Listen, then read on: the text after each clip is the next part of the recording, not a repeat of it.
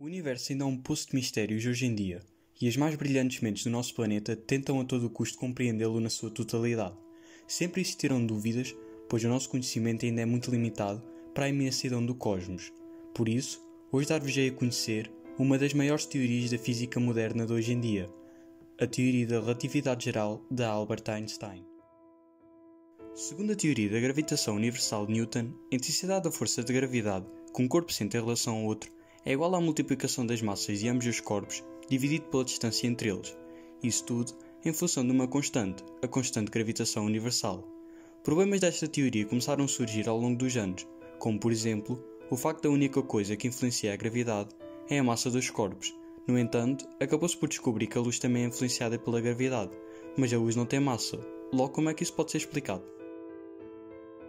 Em 1905, um físico teórico alemão, nascido a 14 de março de 1879 e chamado de Albert Einstein, criou a teoria da relatividade restrita, dizendo que a velocidade da luz no vácuo é constante para todos os observadores, e com isso vem o conceito que tempo e espaço são relativos conforme se muda o sistema de referência, ou seja, acontecimentos que ocorram em simultâneo em lugares diferentes podem ocorrer em tempos diferentes. Nesta teoria, ele também relaciona massa e energia numa única forma. Energia é igual a massa vezes velocidade da luz no vácuo ao quadrado, e diz que à medida que objetos se movem com maior energia, maior será a sua massa.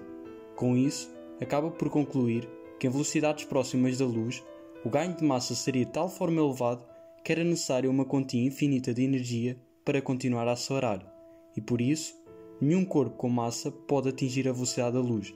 No entanto, esta teoria apenas se cinge aos referenciais isentos da força gravítica. Por isso, surgiu a teoria da relatividade geral, que é a descrição atual da gravitação da física moderna, generalizando a teoria da relatividade restrita e dando a entender onde a gravidade entra no meio disto tudo. Para isso, Einstein constrói um experimento mental como explicação. Se nos encontrarmos dentro de um elevador que se move para cima ou para baixo, estaremos submetidos à força da aceleração gravítica da Terra, que é de 9,8 metros por segundo ao quadrado.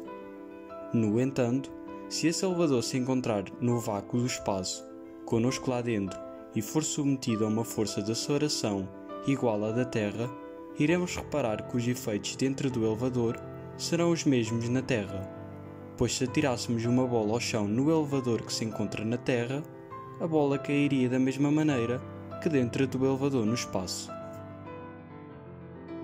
Com isso, podemos concluir que referenciais acelerados são submetidos a forças de inércia, e Einstein diz que essas forças atuam como se fossem forças gravitacionais, ou seja, os efeitos de estar submetido a um campo gravitacional são os mesmos de estar submetido a um campo de aceleração, tal como enuncia no seu princípio de equivalência.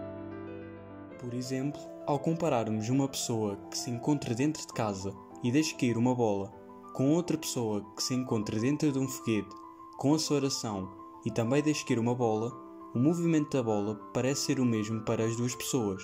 No entanto, se uma pessoa do lado de fora do foguete observar a bola, vai parecer que esta não saiu do mesmo lugar.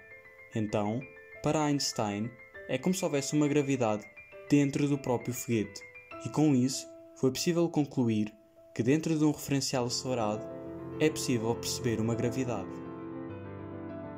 Outro caso é o movimento de queda livre. Deixarmos cair um corpo no campo gravitacional da Terra, este encontra-se sob o efeito da gravidade, mas como esse corpo acelera ao mesmo tempo que o efeito da gravidade, parece que esse corpo não tem peso, tal como os astronautas no espaço. Quando eles se movem, eles não estão isentos de qualquer efeito da gravidade. Eles encontram-se em queda livre no sentido que se querem mover. Um grande exemplo da influência da força da gravidade na luz pode ser descrito ao submeter-se um feixe de luz a uma aceleração. Notar-se-á que esse feixe irá curvar. Logo, se esse feixe de luz for submetido a um campo gravitacional da mesma intensidade, também irá curvar. Assim, como o efeito da gravidade altera a passagem do tempo. Para um objeto que se move em relação a outro em estado de repouso, o tempo irá passar mais lentamente para aquele que efetua o movimento do que para aquele que se encontra parado. Mas se um corpo se mover em relação a outro corpo parado, sempre à mesma distância, como vai variar o tempo? Podemos visualizar isso através do movimento circular de um corpo em relação ao outro, em repouso. O objeto que faz um movimento circular em torno do outro objeto contém uma aceleração centrífuga. Logo, o tempo para o corpo em movimento passa mais lentamente em relação ao corpo parado, não por causa da distância, mas sim por causa da aceleração. É como se o objeto em movimento estivesse submetido a uma aceleração da gravidade, pelo princípio de equivalência de Albert Einstein, o que faz o tempo passar mais lentamente. Com isso, é possível concluir que o tempo medido por um corpo submetido a uma aceleração ou um campo gravitacional é menor. Assim, as três dimensões do espaço e a dimensão do tempo, combinadas, formam um tecido que reveste o universo, chamado tecido espaço-tempo, que é deformado pela presença dos corpos, sendo assim curvo, pois quanto maior a força da gravidade, maior a destruição do tecido espaço-tempo e mais lenta é a passagem do tempo. Logo, uma linha reta no espaço curvo já não há uma linha reta, e é por isso que a massa pode ser descartável nesta teoria, pois o corpo não está a ser puxado por uma força, ele apenas se move segundo uma linha no espaço que é curvo. Uma aplicação desta teoria hoje em dia é a calibragem dos satélites que orbitam a Terra.